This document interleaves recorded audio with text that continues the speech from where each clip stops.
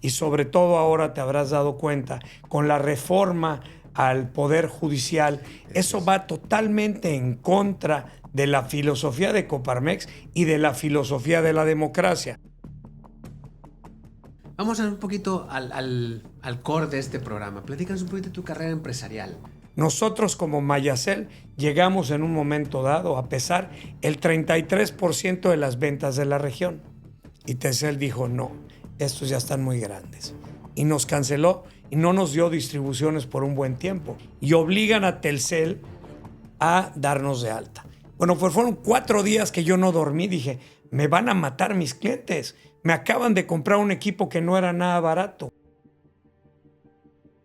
Solo te van a comprar un negocio profesional y rentable. Un negocio que no se puede vender es un trabajo. En Chiapas, en 1997 o 96, a participar en un CompuShow. Y digo, voy a hacer una expo de informática y comunicaciones. Y de repente vino un organizador de expos y me dijo, oye, te lo compro. Le dije, las ventas de un año, te las doy. ¡Pah! Me las dio y se lo vendí. Y eso le constará, si alguno de mis competidores de Telcel de esa época ve este podcast, que ojalá lo vea, se los voy a mandar. Yo generé un departamento que se llamaba Enlace con Telcel. Ya me peleaba, me desgastaba y me estaba acabando la salud. Entonces yo realmente vendí Telcel, no porque no fuera un buen negocio, porque ya no lo soportaba. Era muy estresante para mí.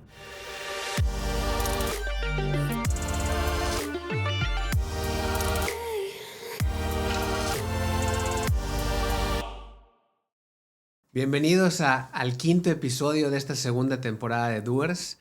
Hoy tengo el honor y el gusto de que me acompañe un gran amigo, pero un gran empresario, Emilio Blanco, que es actualmente, voy a dejar que él lo platique, pero pues la mayoría de la gente lo conoce ahorita porque es el director de la Coparmex.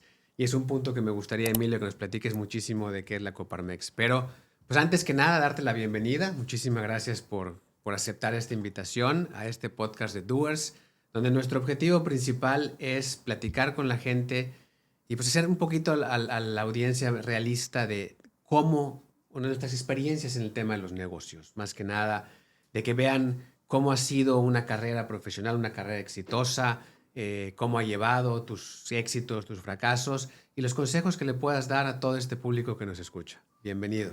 Gracias, Gerardo. Pues también para mí es un honor estar en tu programa. Como lo dijo bien, es un gran amigo. Nadamos juntos, hicimos Correcto. el cruce de Cancún a Isla Mujeres y la verdad es que compartimos la pasión por el mar y la pasión por los negocios, como bien dijiste. Mira, si quieres empezamos por Coparmex y luego te hago un Padrísimo. poco el antecedente. Bueno, yo vengo participando en Coparmex. Soy el presidente hoy de Coparmex Mérida. Somos un sindicato patronal. En la República existen 71 centros. De esos centros, Mérida es uno de los más importantes para la Coparmex. El liderazgo que ha existido de mis predecesores en Coparmex Mérida, pues han puesto realmente una vara muy alta en lo que es la Coparmex y cómo la Coparmex busca incidir en la vida de los negocios y en la vida social de Yucatán a través del bien común, a través de principios y valores muy fuertes para que haya libre empresa, hayan mejores y mejores empresas que nos hagan un estado más competitivo y también cuando tengamos que criticar al gobierno, pues criticarlo con propuestas para que en Yucatán las cosas sucedan. Y bueno, creo que aunque somos una economía muy pequeña, porque Yucatán solamente aporta el 1.5% del Producto Interno Bruto, o sea, pensamos que somos una maravilla, sí somos, pero somos una maravilla pequeña y tenemos que seguir trabajando para que la economía de Yucatán se dinamice y seamos digamos, un agregador como Monterrey, como Jalisco, que no son estados subsidiados. Yucatán es un estado que si no llega el dinero de la federación, no nos va bien.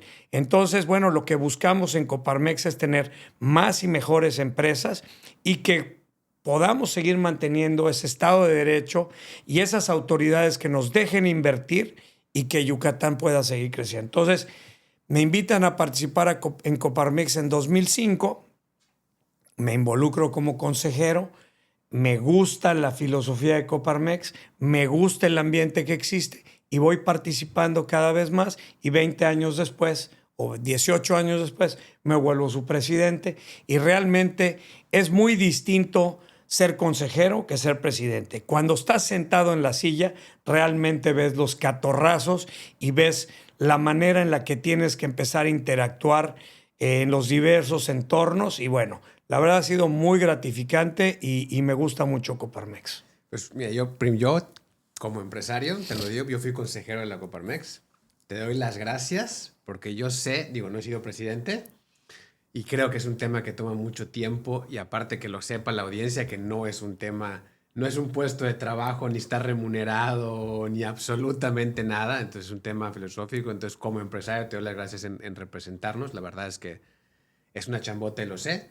Yo fui consejero alguna vez con uno de los presidentes y sí, me imagino que sí, porque yo iba una vez a la semana, una vez al mes, creo. Una vez al mes. Una vez al mes iba y con tanto viaje que tengo que hacer, pues casi no podía estar. Por eso preferí decir, bueno, cuando tengo un poco más de tiempo regreso.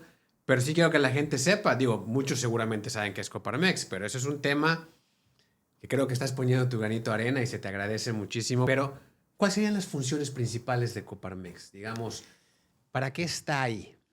Bueno, la Coparmex nace como un sindicato patronal. Somos la diferencia entre la Cámara de Comercio, la Canacintra y algunas otras como la de la construcción, etcétera. Ellos son organismos de consulta del gobierno y muchas empresas por ley tienen que estar afiliadas a las cámaras. Nosotros somos 100% de afiliación voluntaria y lo que busca es generar y ayudar a las políticas públicas para que incidan mejor en el entorno económico. Nuestra función no es criticar al gobierno, es ayudarles a construir una mejor sociedad. Y a veces donde nos topamos, y sobre todo ahora te habrás dado cuenta, con la reforma al Poder Judicial, eso va totalmente en contra de la filosofía de Coparmex y de la filosofía de la democracia. Nos la quieren plantear de una forma en la que, bueno, cuando el pueblo escoja, los magistrados y jueces y todo el poder no está al servicio del Estado, tiene que estar para proteger los intereses de los ciudadanos. Y sentimos que hoy va a estar un poco comprometido eso. Entonces ahora estamos trabajando en las leyes secundarias para buscar que los que lleguen, aunque sea por voto popular, pues hagan un trabajo eficiente y cuiden siempre el Estado de Derecho y lo que es mejor para los ciudadanos.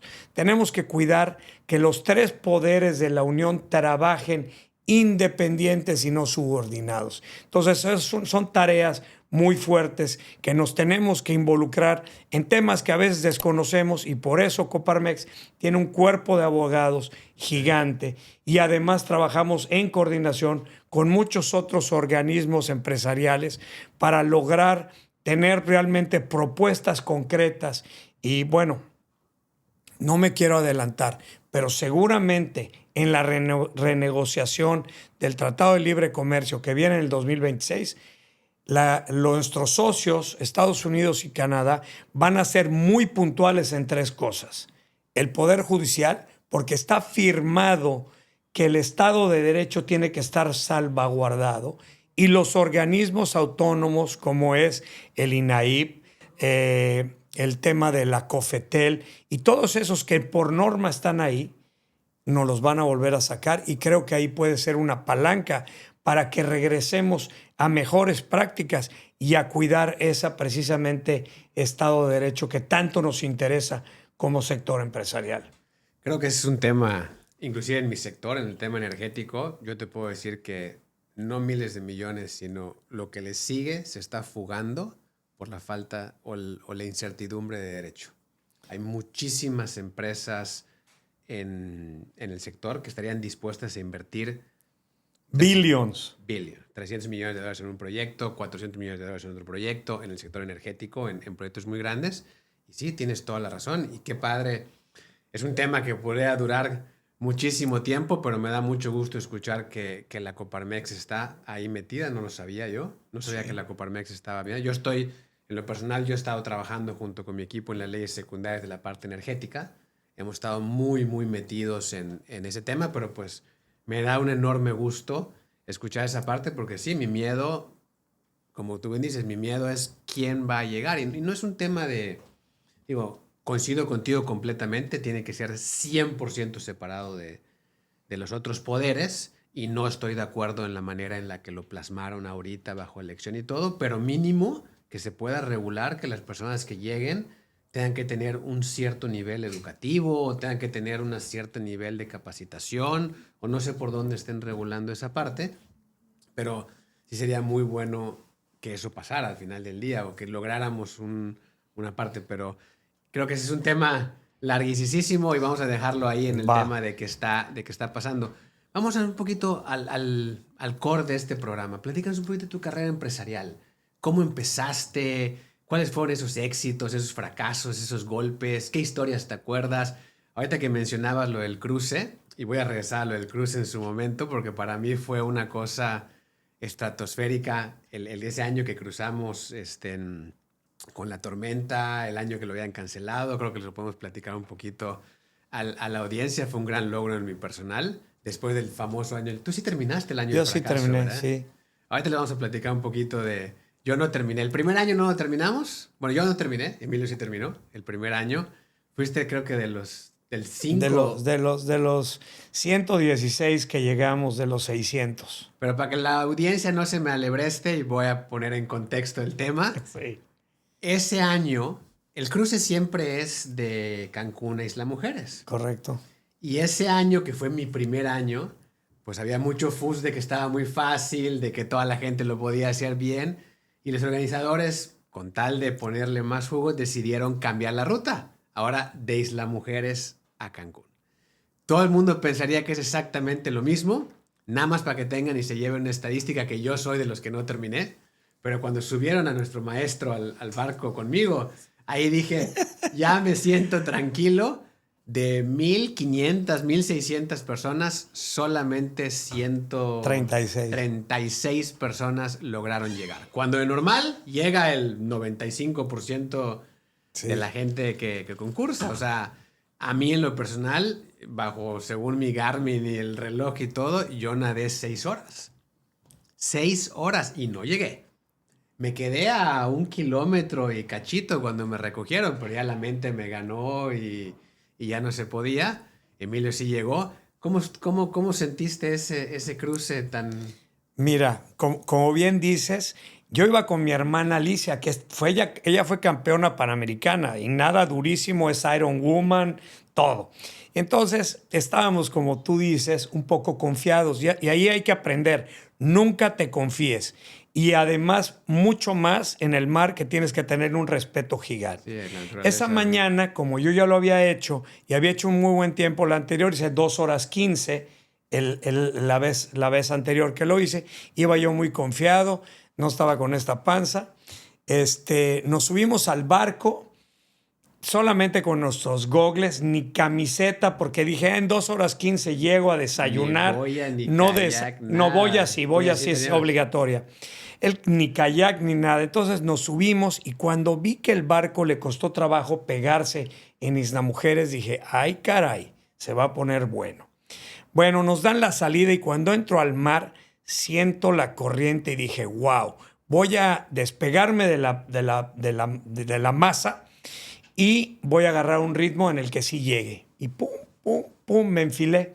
De hecho, José Luis te lo podrá decir, nos cruzamos como a mitad de camino. Okay. Y me dice, ¿qué pasó, gordo? ¿Cómo vas? Bien. ¿Y tú? Bien. Pero yo, como tenía en la mente mi ritmo, lo olvidé y me fui. Hice 4 horas 16. O sea, hice casi el doble. Estuvo terrible, la corriente estaba rudísima. Les digo, mi hermana, que es campeona panamericana, no lo logró. Estaba frustrada, pero a final de cuentas, a mí me sirvió mucho guiarme de las algas que veía yo viendo en el fondo para no desubicarme. Entonces yo iba viendo el fondo, no estaba viendo las boyas. Las boyas las veía de reojo, pero me estaba enfocando en las algas y bueno, gracias a Dios lo logré. Fue un reto increíble. La verdad es que mis respetos, como siempre, en ese sentido, para que la gente sepa, José Luis Prado, que lo mencionamos aquí porque lo queremos un mundo, es ahorita campeón. Ocean Man ¿Y mundial. cuántos años tiene José Luis? ¿70? Tiene 10 más que yo, tiene 6'8". 68 años y es hoy, a sus 68 años, campeón mundial Ocean Man. Y en ese entonces, también digo, siempre fue nadador olímpico, en todos los sentidos, siempre ha sido nuestro coach, pues a mí me enseñó a nadar desde los 2 años, creo yo. Y sí, digamos que cuando me sacan a mí, que estuve 5 o 6 horas, ya no recuerdo muy bien, pero sí fue más de 4 lo que yo estuve ahí. A mí me ganó la mente y creo que es una lección importantísima de la vida. A mí me ganó la mente el estar, cuando pasábamos las estatuas de Sí, salida, pues las estatuas fue 1 hora. O sea, cuando normalmente la pasas en 5 minutos y la misma, y el mismo punto, y el mismo punto, y digo, aguanté un chorro, pero me gané. Pero cuando subieron a José Luis al barco, como un ratito después de que me subieron a mí, dije, bueno, me siento más tranquilo de que se puede intentar. Yo regresé el año que viene, que lo volvieron a cancelar. Esa ya no sé si la sabías o no, no. pero regresé con José Luis, estábamos ahí, estábamos a punto de salir, perdón, estábamos un día antes de salir y cancelaron el evento por mal tiempo. Había tormenta. Estábamos tan clavados, José Luis, estaba, ¿cómo se llama? Daniela Gasque. No, Dani no cruzó con nosotros. Éramos José, de los que me acuerdo yo, pero había alguien más. Era José Luis, la Rata Millet. Ok. Yo, mi primo Emilio Fierro, que era el que siempre ha sido remista, él iba en el kayak. Nos cancelan el evento y yo me volteé y le dije a José Luis, yo no me puedo ir Sin hacerlo. si no cruzo. Y para que vean la diferencia, con todo y tormenta, habían nublado, lloviendo y tormenta, yo le pregunté a mi primo, oye, primo, Emilio Fierro siempre ha sido, pues digamos, remista y todo. Le dije, ¿tú cómo lo ves? Dije, si tú la quieres nadar, yo te sigo y nos vamos. No hicimos la ruta exacta porque no había boyas, no Claro. había nada, pero nos fuimos José Luis, yo, Emilio, yo, La Rata. la Rata, y cruzamos. Sin competencia. Ustedes. Nosotros. 2 horas 30. Súper tiempazo. Increíble. O sea, era para entender lo complicado que estaba el año que viene. Y me saqué la espinita, que es importantísimo. Un check. Un check. Ya nunca regresé. La verdad es que me da un coraje nunca no regresar. Cada año digo que lo quiero volver a hacer, pero pues la vida da muchas vueltas. Pero creo que Definitivo. es un gran ejemplo. No es un negocio, no es un tema, pero es un tema donde tuvimos que enfrentar el fracaso, tuvimos que enfrentar las adversidades, tuvimos que enfrentar situaciones que jamás en la vida nos hubiéramos ¿cómo se llama? Imaginado. Y al final del día, digo, tú lo lograste, yo fracasé y no pasó nada. Te paras, te das la media vuelta. Digo, no voy a decir que no estaba yo frustrado, estuve frustrado un año entero, un año entero de frustración de que no lo pude lograr, pero pues el año que viene fui y lo logré. Y ese es el chiste de saberte, pues parar y decir, aquí no se acaba, vamos para adelante. Pero ahora sí, ya creo que te interrumpí mucho. No, Platícanos hombre. un poquito de tu carrera, cómo has crecido, qué negocios has hecho. Creo que hay unas historias padrísimas por allá. Creo que sí. Mira, mi primer negocio formal, porque siempre fui emprendedor y sigo siendo muy emprendedor, pero mi primer negocio formal mío empieza en 1992. Y yo siempre digo que una cosa te lleva a otra. Yo trabajaba en esa época, estaba por graduarme y trabajaba en la agencia de viajes de mis papás. Y mi contador externo resulta que lo contratan como contralor de Telcel. Y cuando iba a abrir Telcel y me dice, oye Emilio, viene Telcel, ¿no te interesaría una distribución?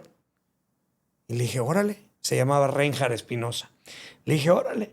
Entonces fui, investigué y junto con otros 3, que fue Quique Mendicuti y Jerry Barceló. Okay. Otro que se llamaba Edwin Vázquez. Y nosotros fuimos los 3 primeros. Yo estaba con Bruno Gamboa. Bruno Gamboa y yo empezamos en ese negocio. Y bueno, ahí éramos diligenciero, almacenista, vendedor, secretaria, y empezamos a crecer. Y de repente pues nos dimos cuenta que teníamos Mérida, Cancún, Villahermosa, y llegamos a tener 50 tiendas. Y entonces fuimos pioneros en muchas cosas. No había temas de computación. Nos robaron muchas veces porque me queda claro que en arca abierta hasta el justo peca. Entonces, cuando la gente desafortunadamente empieza a ver dinero en la caja, cree que son utilidades y de repente si no tienes los controles adecuados, te empiezan a jalar dinero por aquí y todo. Y eso lo que te va haciendo es que te vuelve más profesional y empiezas a entender que los negocios para que funcionen tienen que tener estructura, tienen que tener sistemas y tienen que tener reglas de operación. Y eso lo fui aprendiendo en el paso de 12 años que tuve ese negocio. Entonces, lo primero que hicimos, fuimos los primeros en tener un sistema de facturación en línea y conectado con todas nuestras tiendas en Yucatán. O sea, bueno, de hecho, parte de eso se lo aprendí a Gustavo Millet de Hábito. Yo una vez conversé con Gustavo y teníamos temas similares. Gustavo me dijo, y ahí yo dije, tienes razón, Gustavo, y empezamos a meter sistemas para controlar nuestros inventarios, porque nuestros gerentes de la sucursal de Villahermosa, por ejemplo, si no nos depositaban el dinero al día, lo empezaban a manejar, y cuando se les volvió una bola de nieve, ya nos debían y empezaban los problemas. Entonces nosotros tuvimos inventarios al día. En 1996 yo ya tenía inventarios al día, ventas al día, y aprendí algo. Tienes que tener orden. Facturamos todo. No hay de que no. Se factura absolutamente todo. Porque si no, tú no generas tu control interno y tienes descontrol, también te va a generar pérdidas. Entonces empezamos a meter sistemas, empezamos a crecer, y también ahí aprendí otra cosa. A los monopolios no les gustan los monopolios. Nosotros como Mayacel llegamos en un momento dado a pesar el 33% de las ventas de la región. Y Telcel dijo, no, estos ya están muy grandes. Y nos canceló y no nos dio distribuciones por un buen tiempo. Y dejó que otros distribuidores crecieran. En el 2004, cuando yo vendí Mayacel, ya solamente representaba el 6%. O sea, me redujeron en 6 años de un 33%, de un 33% a un 6%. Y bueno, la verdad es que Telcel me dio muchos aprendizajes, porque luego cuando yo empecé a darme cuenta que la telefonía celular era un commodity, o sea, ya no agregábamos valor, dije, bueno, a ver, ¿cómo vamos a agregar valor en esta industria? Y dije, vamos a poner una cosa que se llamó Centro de Soluciones Inalámbricas. Yo quería vender algo inalámbrico, no sabía qué, pero decía, el tema inalámbrico es un tema importante. Entonces abrí una tienda en la Gran Plaza, en el segundo piso, que se llamaba Centro de Soluciones Inalámbricas. Empezamos a vender PDAs. ¿Te acuerdas las famosas? No, PDAs eran aquellas. Las Palms. ¿Te acuerdas las Palms? Sí. Pero las Palms no se conectaban. Entonces yo encontré unas Palms en Estados Unidos que sí tenían conexión. Obviamente la conexión era lentérrima. Usábamos una cosa que se llama CDPD. La transmisión de datos era tan baja que mandarte un mensajito de una a otra te podía tardar 2 minutos. Lo que hoy son milésimas de segundo. Entonces, bueno, pero empezábamos a explorar. De repente, otro negocio que yo tenía, que ahorita luego se los cuento, se llama ADT. Éramos uno de los distribuidores de ADT para el sureste. Alarmas. Y fue un negocio muy, muy interesante también, del cual aprendí mucho. Pero estando en ADT, en una convención en 1999 en Brasil, que eran una locura esas convenciones, gastaban dinero. Bueno, el premio al mejor distribuidor por país era un Porsche 911. Así se las gastaban. Entonces, estando yo en esa convención, el CEO de ADT se para y dice, señores, lo próximo que vamos a monitorear son vehículos. Y yo dije, vehículos. Mira, está interesante. Llegamos de la convención y resulta que se acordará el público que ADT pertenecía a un corporativo en Nueva York que hizo un fraude mundial. Y ese fraude mundial era Tyco. Tyco era la holding. Y el CEO de Tyco mundial, no el de ADT, hizo un fraude con la SEC.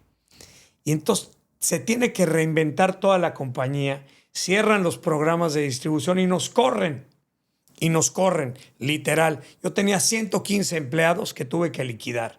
Me quedaron a deber 2 millones de pesos, que para esa época era una fortuna. Claro. Pero afortunadamente habíamos hecho un colchón y salimos flat. Claro. Pero ya con esa idea en mente, me gusta mucho participar en exposiciones. Y yo iba a muchas expos a Estados Unidos, a China, a todos lados.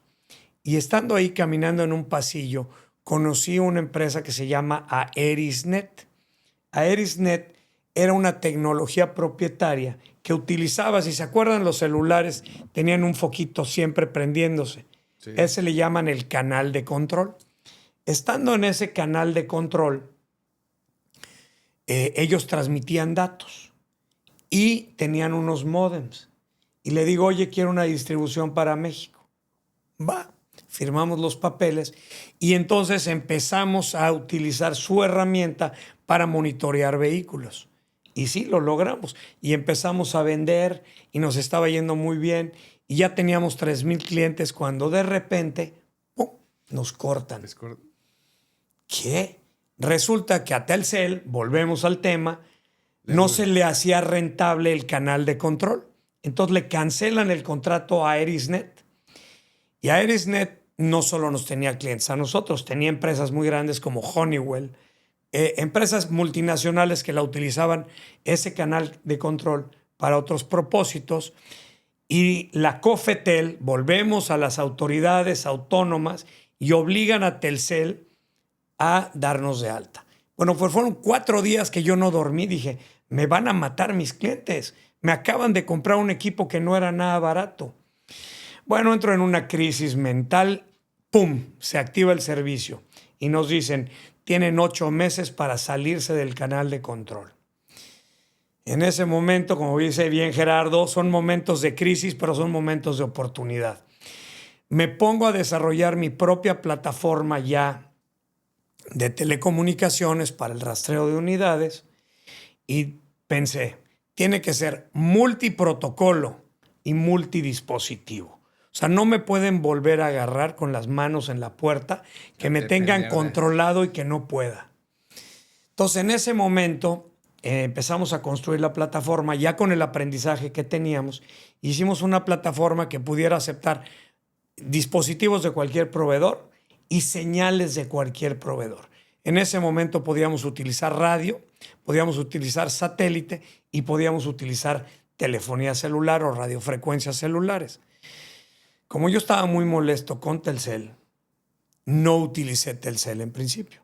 Me fui con los competidores, quienes fueron una palanca muy buena luego para negociar con Telcel, efectivamente, porque Telcel ha hecho muy bien algo, una cobertura magnífica. Entonces ellos tenían la mayor cobertura. Entonces, bueno, construimos nuestra plataforma y empezamos a crecer. En el 2003 yo ya estaba con todas las pilas puestas con CCI y llega mi competidor más acérrimo y me dice, te compro. 2003, te compro. Okay. Y le dije, déjame pensarlo. Y bueno, nos pusimos de acuerdo. De hecho, mi competidor, quien había sido él y su socio, mis vendedores en Mayacel, ellos eran mis vendedores, unos chavos muy fregones que crecieron, que supieron. Cuando llegan a comprarme, bueno, ese deal lo cerramos en las Olimpiadas de Atenas en 2004. Ahí hicimos el shake hands y yo le dije, dame una lana y te dejo entrar. Si te estoy mintiendo, ya te abrí todo, pierdes tu millón. Pero si sí, me pagas lo que acordamos. Y así fue. Tuvieron palabra, entraron, vieron y se quedaron con mi negocio. Y esos recursos que ellos me pagaron, los invertí íntegros en crecer CSI. Entonces, esa fue la venta de Mayacel. De Mayacel. De Mayacel. Vendí ok. Mayacel. Vendo Mayacel en el 2004 porque ¿qué requeríamos? Servidores. En ese momento no habían los data centers que existen aquí ahora en México, hasta Triar, hasta Telmex. Pero yo dije, imagínate que llega un huracán a Yucatán y se me caen mis servidores. Mis clientes no pueden depender de eso. Entonces me fui a Houston a un data center que se llamaba K2 Colocations, pero no arrendaban, no había Amazon Web Services. Te estoy hablando de los principios de los data centers. Entonces voy, compro mis servidores. Ahí lo más caro no era ni el hardware ni la conexión a internet, que era, o sea, un canal choncho. La energía. Y tú eres experto en energía. Ahí no podemos tener un grado de variación de energía que te bote un servidor. Entonces ahí, tenía una tecnología muy sofisticada, pero todo pasaba por los bancos de baterías y de ahí te alimentaban al servidor. Te sentías en la NASA. O sea, tenías que entrar con gorrito y zapatitos y tenían reglas de operación y te dejaban trabajar ciertas horas. Y entonces invertí en mis servidores. Invertí en dos cosas bien, en servidores y en mapas, porque tampoco había los mapas de Google. No existían. O sea, existían, pero no con la potencia que tienen de hoy. Entonces yo tuve que comprarle a una empresa llamada MapInfo, mapas que me costaron una fortuna. Casi tuve que empeñar un brazo para tener buenos mapas y ser competitivos. Y eso hizo que nuestra empresa fuera, vamos a decir, pionera y competíamos con las empresas de México. Las internacionales todavía no llegaban. Competíamos con los jugadores grandes de México y bueno, poco a poco. Y yo creo que para el 2016 ya éramos la tercera más importante empresa en México de logística y rastreo vehicular. Entonces nos consolidamos muy bien y nuestros clientes decían, oye, ¿cómo me atiendes desde Yucatán? Pues toda es la tecnología, tenemos todas las capacidades.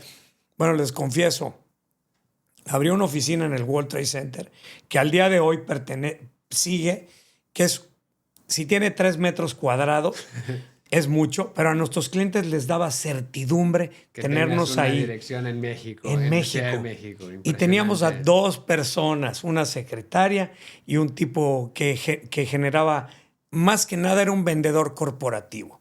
Era un cuate que iba y tocaba las puertas de los grandes corporativos, nos abría la puerta y todo lo gestionábamos desde Yucatán. Entonces, tuvimos esa virtud y bueno, si quieres me regreso a ADT, que en ADT aprendimos muchas cosas. Hoy también tenemos una empresa de alarmas que se llama iGuardian, que lo aprendimos de ADT. En ADT nos enseñaron el canvaseo, que el canvaseo es un trabajo durisísimo. Puerta en puerta. Puerta en puerta. Tocar puerta en puerta. Eso en Estados Unidos funciona muy bien, pero en México yo no sabía Funcionó muy bien, ahora es muy riesgoso. Yo en lo personal no volvería a hacerlo. A ver, me tocó abrir Tabasco y para demostrarle a mis vendedores que sí funciona, yo salía a las colonias, teníamos un speech. ¿Qué tal? Buenas tardes, venimos de ADT, pamba. Y mucha gente te insultaba, Sí, pero vendíamos bien. Y entonces aprendí. Yo creo que la venta más difícil que he hecho es esa, porque estás en un entorno hostil, caminando en las calles, tocando las puertas de no sabes si te va a salir un borracho, una familia, un niñito. Me tocó muchas veces tocar puertas que no habían padres, no estaban los papás y los niños solos, porque no íbamos a la colonia campestre, íbamos a todas las colonias. Porque cuando se te gasta la colonia campestre, ¿qué haces? ¿Se te acaba el mercado? No, tienes que ir. Entonces, aprendimos muchísimo de ADT sobre todo a desarrollar vendedores, desarrollar métodos para comercializar. Y luego eso lo aplicamos en otra división que tenemos hasta el día de hoy, que somos el máster de Sky para 8 estados: Yucatán, Campeche, Quintana Roo, Tabasco, Chiapas, Nuevo León, Coahuila y Durango. Y entonces, luego cuando tuvimos, primero Sky fue un negocio muy bueno que empezamos a la par en el 96. Y bueno, primero iba a un nicho, un segmento de mercado alto, pero luego para crecer te tienes que ir al siguiente escalafón. A la parte Y media. hoy por hoy, Sky, ¿dónde vende? En donde no hay conexión de internet. Hay Todos los muchísimos pueblos que pueblos. no tienen internet. Entonces, hoy nuestro negocio está en las poblaciones rurales o en las áreas donde no hay cobertura de internet eficiente. Entonces, Yo eso creo que mucha de nuestra audiencia, te lo digo con toda franqueza, creo que no sabe qué es Sky. Creo que ya crecieron en la época. Digo, yo en mi casa, digo, somos de muy poca tele, con toda franqueza, pero no hay Sky. Pero antes de que llegara el Apple TV, Roku, o Netflix. Netflix, o cualquier servicio de streaming, pues no era Sky, tenías que tener Sky y veías la tele. A mí me impresiona, lo veo con mis hijos todo el tiempo, de que quiero ver esto ahora. Ya te vamos a hablar un poco de esa parte que platicamos, de la inmediatez de las nuevas generaciones.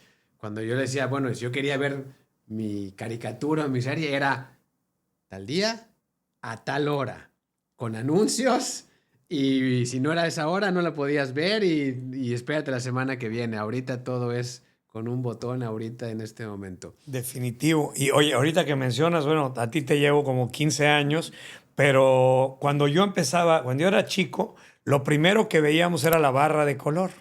Solo prendías la tele y a las 7 empezaba la programación. Entonces a las 6:59 todavía tenías una barra de color con música. Y entonces a las 7, ¡pum! En familia con Chabelo. Y eso es lo que veíamos nosotros de chavo. Tampoco fuimos de mucha televisión. Obviamente luego vinieron las videocaseteras y todo.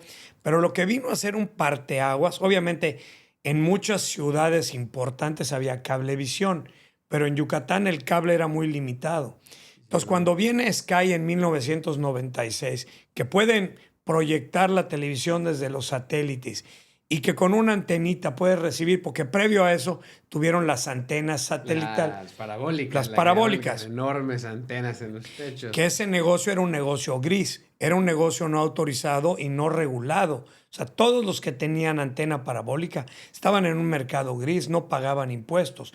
El Ok. primero que viene a hacer eso, primero nació DirecTV y como a los 6 meses nació Sky, que pertenece a Televisa.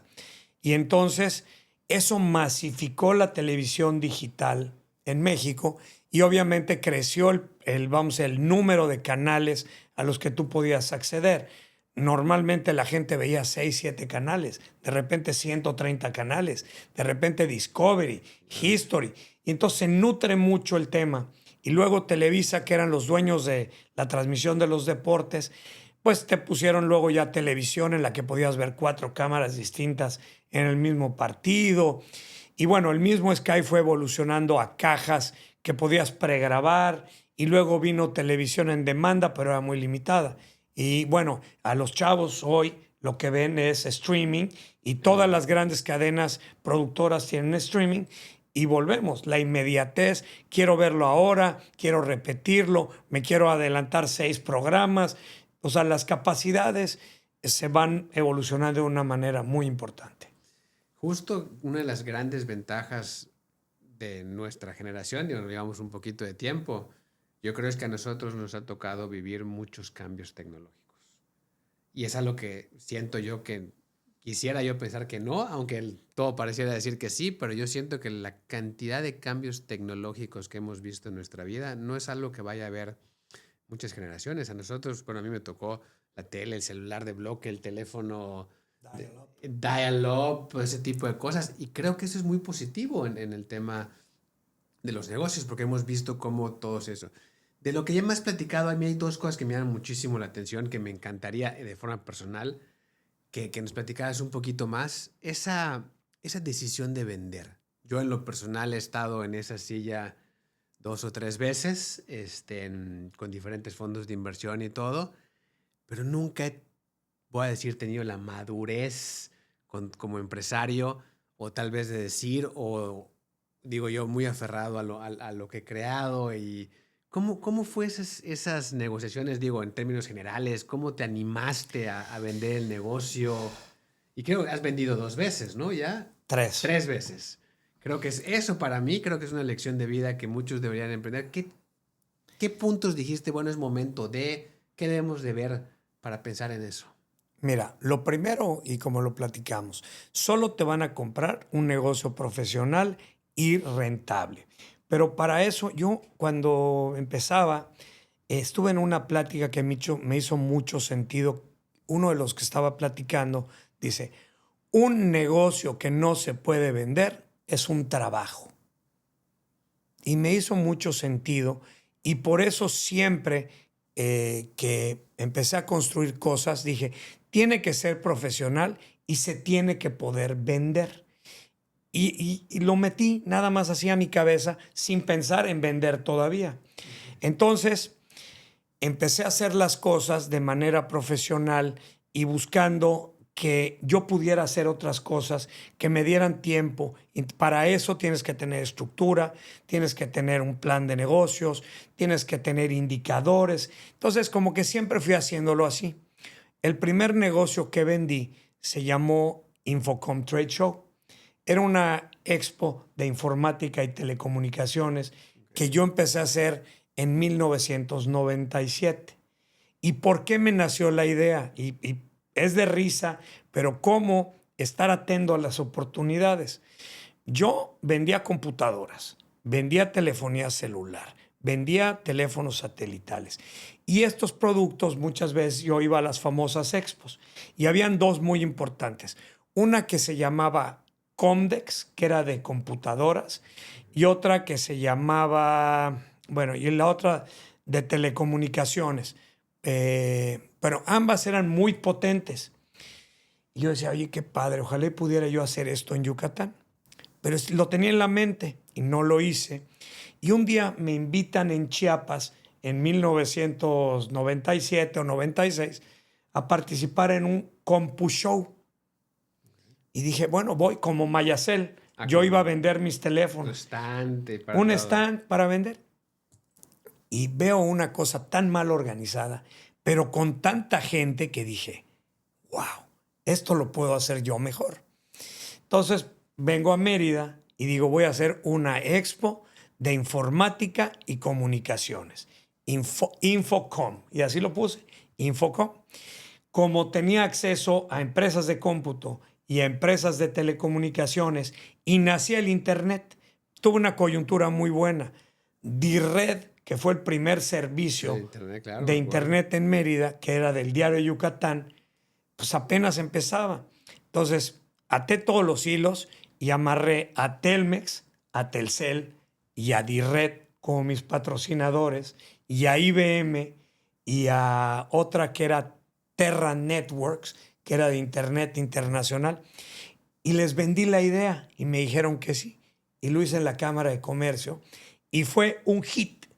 Bueno, hubo hasta el diario Yucatán hizo un suplemento específico de Infocom. Fue un hit.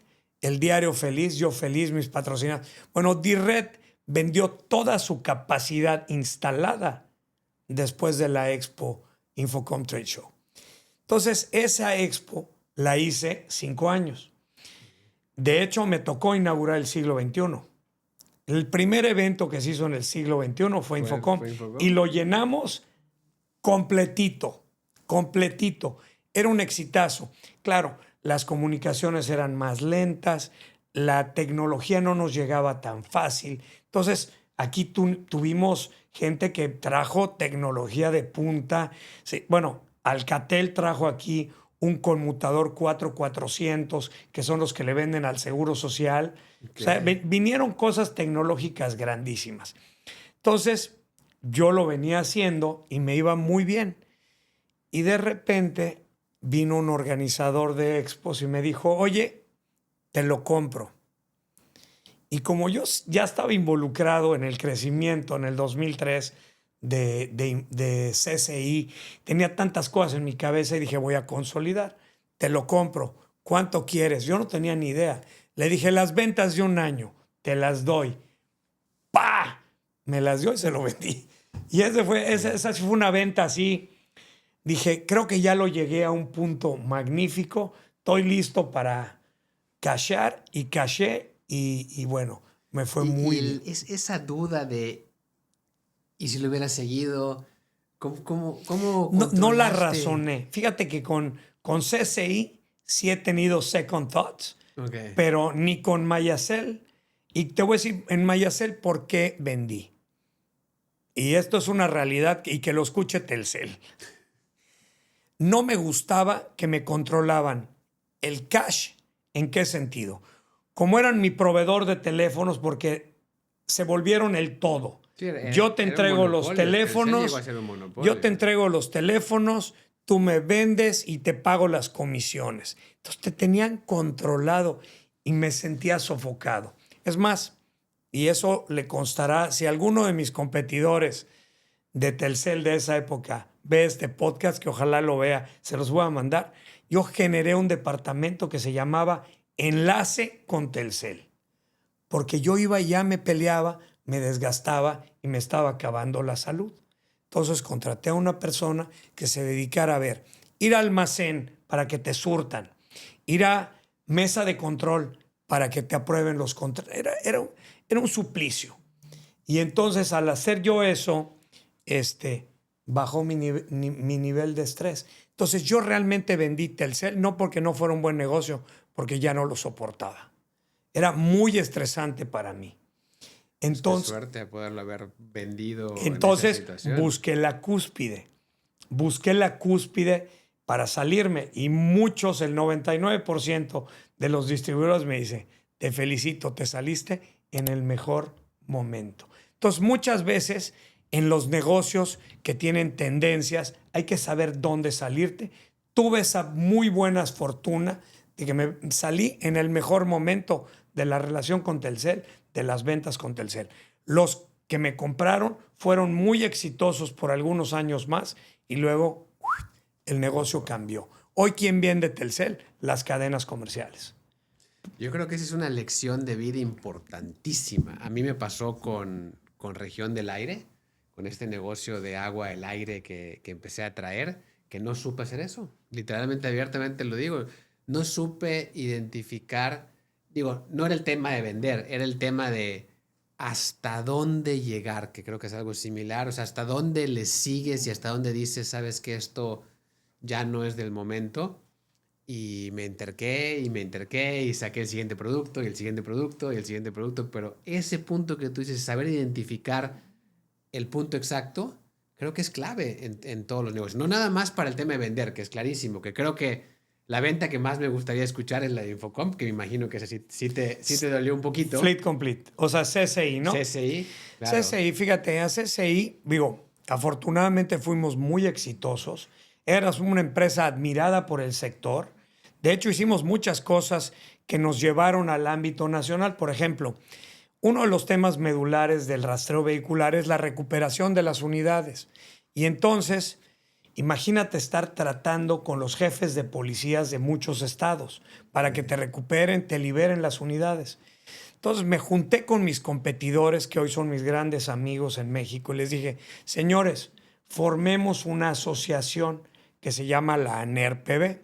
Y en esa tuve muchas coincidencias con mis tres enemigos acérrimos, pero que teníamos una competencia seria y no desleal. Entonces nos asociamos, hicimos una asociación que se llamó ANERPB. Y entonces ahí, ¿qué hicimos?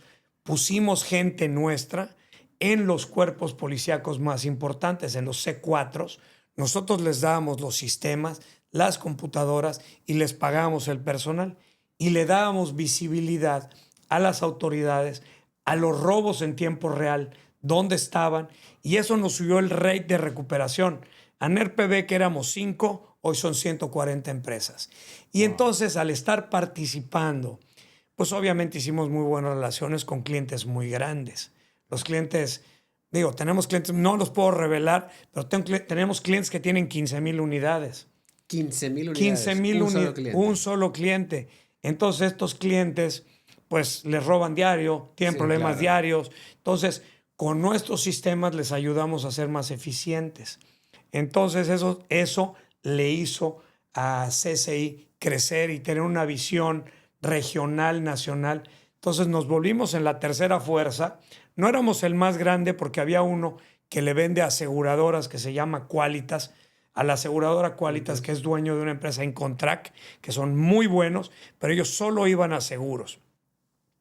Luego una que se llama Low Jack, que se llama El Gran Recuperador, pero ellos usaban una tecnología antes que se llamaba radiofrecuencia y estaban muy cerrados a mercados como México y tal vez Guadalajara. Y nosotros fuimos por la telefonía y maduramos las coberturas y la tecnología. Inventamos cosas muy interesantes. Por ejemplo, los ladrones de México son los mejores ladrones. Ojalá y estuvieran enfocados en cosas positivas, porque seríamos una potencia mundial. Armarían cualquier Mundial. sistema. Mundial. Entonces, por ejemplo, los inhibidores de señal, imagínate que vas en la carretera, te meten un inhibidor de señal, ya no tienes visibilidad de tu coche. Pero aquí en CCI inventamos un dispositivo que hablara con la computadora del coche cuando perdía señal. Entonces imagínate que vas en un tráiler a 100 kilómetros por hora. Te inhiben la señal. Ya perdimos la cobertura. Entonces luego los malos lo paran en la carretera con armas y todo. Lo paran, gracias a Dios el 99% de las veces bajan al chofer. Pero lo que ellos no sabían es que en el momento que el sistema está siendo intervenido, le damos la instrucción de que cuando el camión vaya a menos de 15 kilómetros por hora, le corte el combustible. Porque a 15 kilómetros por hora tú puedes controlar una unidad. A 100 Sí, claro, sería un siempre. accidente gigante. Entonces, en el momento que detectaba inhibición 15 kilómetros por hora, te cortábamos la bomba de combustible. Entonces el camión iba. Entonces él se empanicaba el ladrón. Imagínate, no pueden ir a donde tienen que ir. Entonces, y nosotros cuando detectábamos eso, generábamos un operativo y teníamos ya la zona en donde empezó la inhibición. Yo tengo el último punto donde te vi y entonces a partir de ahí empezamos a construir un operativo que gracias a la NERPB, cuando nosotros metíamos un reporte de robo, las autoridades ejecutaban inmediatamente. Entonces, fuimos haciendo muchas cosas que nos volvieron muy competitivos en el ámbito nacional. Entonces, estando en la cúspide, vinieron fondos de inversión, vinieron empresas competidoras a comprarnos. Yo decía, no, todavía. Y vino una empresa canadiense y me dijo, oye, te compro, pero quédate. Ya no vas a ser una empresa nacional. Te damos parte de una empresa global que está en 8 países. Y dije, bueno, puede ser interesante. Y aceptamos la compra en diciembre del 2019. Compramos, ya pasaron 5 años. Hemos tenido altos y bajos y todo. Y como ves, viene la nostalgia. Si nos hubieran dejado operar como lo veníamos haciendo, a lo mejor seríamos más grandes. Pero a nivel global, quién sabe, porque ahora obedecemos a reglas globales. Antes un cliente muy grande me decía, oye, hazme este desarrollo para mí. Y yo tenía esa capacidad de hacerlo. Hoy entras a un pipeline de cosas, lo que nos ha hecho menos competitivos en algunas cosas. Un poquito la burocracia. La de burocracia, un ser ese negocio. elefante. A mí siempre me han gustado las empresas que toman decisiones rápido, porque si no tomas decisiones rápido, tu competidor te come. Creo que has tocado muchísimos temas, pero quiero resaltar el tema de saberte aliar con tus competidores en esa asociación que hicieron. Se me hace increíble. Creo que es algo bien difícil el poder llegar a esas mesas de trabajo con tu competencia enfrente, siempre buscando un bien común. La verdad, digo, yo he estado en algunas situaciones similares, nunca hemos hecho una asociación ni nada, y lo lo digo, o sea, es difícil sentarte, pero creo que estuvo increíble cómo buscaron ese bien común que les ayudara a crecer a todos, todos. a todos en lo absoluto. Fíjate que competir es muy sano, te hace ser mejor y sobre todo si estás compitiendo con contrincantes de peso específico y el mercado es tan grande, yo creo que si me crucé 5 o 6 veces fue mucho. De verdad, el mercado es gigante y las oportunidades. Lo que pasa es que siempre la gente quiere ir a los mismos clientes y te los quiere bajar de una manera poco profesional que es con precio.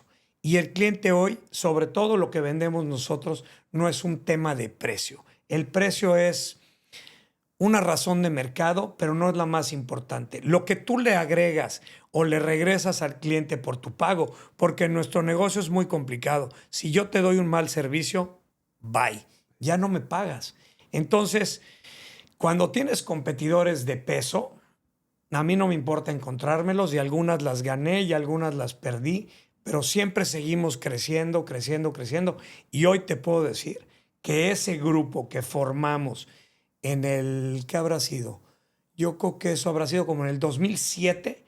Hoy son mis brothers, de que tenemos una convención anual, que nos juntamos todos a echar relajo.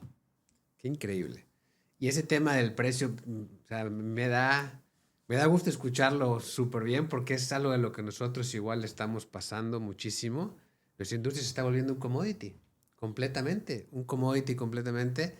Y desgraciadamente, como decías, yo tengo clientes que tengo 30,000 paneles con un solo cliente, con otro tengo casi 40,000 paneles con un solo cliente. Y sí, tenemos problemas todos los días. No es lo mismo tener 20, 30 casas que estar operando todo ese relajo, pero ese tema del precio y ojalá las empresas lo vean, es muy importante, pero el más importante es lo que tú dijiste, qué valor le agregas al cliente, qué das por lo que te están pagando. Porque precio, yo siempre le he dicho, siempre va a haber alguien que venga a ofrecerte algo más barato. Ahora, que te den el mismo servicio, calidad, que respondan, que puedan darte todas las garantías, que puedan todo, eso es lo que hace un poco la diferencia de los negocios. Sí, y la gente no lo percibe y siempre lo barato sale caro. Entonces tenemos que ser muy estratégicos y sobre todo cuando hacemos inversiones, sobre todo por ejemplo en el tema de los paneles solares, no te la puedes jugar con cualquiera porque no es una inversión menor. Entonces en la medida que tú pienses qué valor, qué respaldo, a quién tienes detrás para cuando sucedan las cosas es fundamental. Y una cosa también que aprendí, que en la guerra de precios, el que gana pierde y el que pierde quiebra. Eso es siempre. Totalmente de acuerdo. Increíble y no mejor dicho. Bueno, nada más, yo creo que estamos un poquito, aquí nos están comentando, ya nos pasamos Mucho rollo. y pudiéramos de seguir en este tema, pero sí me gustaría que nos platiques de ese último venture que conocí hace 15 días. La verdad es que es algo que está también muy pegado a mí porque yo siempre Amas a los perros. amo a los perros, crecí con perros toda la vida y lo que tú estás haciendo, no es broma, le salvó la vida a mi perro. Mi esposa, tuvimos mi último labrador. Hubo un momento donde, creo que como a los 6 años, empieza a tener problemas de cadera, empieza a tener varias cosas y todos los veterinarios nos dijeron, no más, no va, o sea, no va. Y voy a dejar que tú platiques qué es, pero Va. Max vivió de 6 a 15 años. Wow. Y solamente con el negocio que tú estás haciendo ahorita. Claro, no era negocio para nosotros lo hacíamos Claro, manual, sí, claro. pero platícanos un poquito de ese negocio. Pues mira, como bien dices, hoy como buen emprendedor, en diciembre del 23, escuché a un entrepreneur, a un emprendedor que acababa de empezar un negocio nuevo de alimento de mascotas. Y como tú, yo también soy amante de los perros y creo que la alimentación es fundamental. Entonces me empezó a platicar un poco de su negocio. Le dije, oye, cuéntame un poco más. Y él lo bautizó Pure Barf. El barf es un modelo de alimentación que se basa en alimento crudo, en verduras, proteínas, vísceras y semillas. Y entonces este alimento es súper sano y es la alimentación real que deben de tener los perros y los gatos. Nada más que nosotros por practicidad les damos croqueta. La famosa croqueta. Sin embargo, la capacidad de absorción de los nutrientes cuando es un alimento crudo, sin conservadores, es altísima. El 98% de lo que come lo absorbe. Entonces esto obviamente los lleva a una mejor digestión, a no tener enfermedades, su dentadura, el pelo. Entonces estamos súper convencidos de que este es el camino de la alimentación de las mascotas. Y bueno, hoy Pure Barf ya tenemos 8 tiendas operando. Tenemos 4 en Mérida, 1 en Tulum, 1 en Cancún y 2 en México. Y estamos creciendo súper rápido. La gente lo está adoptando de una manera increíble. Y la verdad es que si tú comparas el costo de la croqueta contra el costo de nuestra comida, somos más baratos. Entonces imagínate, le estás dando una mejor alimentación. Además tenemos servicio a domicilio y te cuesta menos que una croqueta premium. No hay por dónde decir que no. No hay pretexto. No hay pretexto. No hay pretexto. Y ahí se los digo de todo corazón, yo pasé por una situación así con mi labrador. Entonces no hay pretexto. purebarf.com. Purebarf.com. Para todos los que tienen mascotas, yo en este momento no tengo perros, pero ya estamos próximos a que llegue el próximo, en purebarf.com. Bueno, pues vamos a cortarla aquí, ya nos pasamos un ratote, estoy seguro, y que te invitaré otra vez, si Dios quiere, y puedas regresar a seguir contando nuestras historias. Te agradezco muchísimo el que nos hayas acompañado el día de hoy en Doers. Oye, pues muchísimas gracias por la invitación. Fue un placer estar contigo. Siempre compartir con gente como tú es un privilegio. Muchas gracias, Gerardo. Muchísimas gracias. Gracias a todos.